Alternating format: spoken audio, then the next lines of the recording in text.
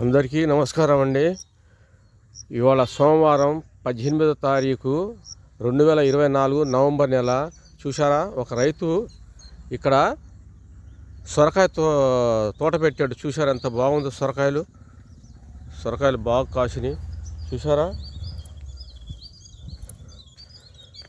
ఎంత చక్కగా పడ్డాయి, చూడండి సొరకాయలు.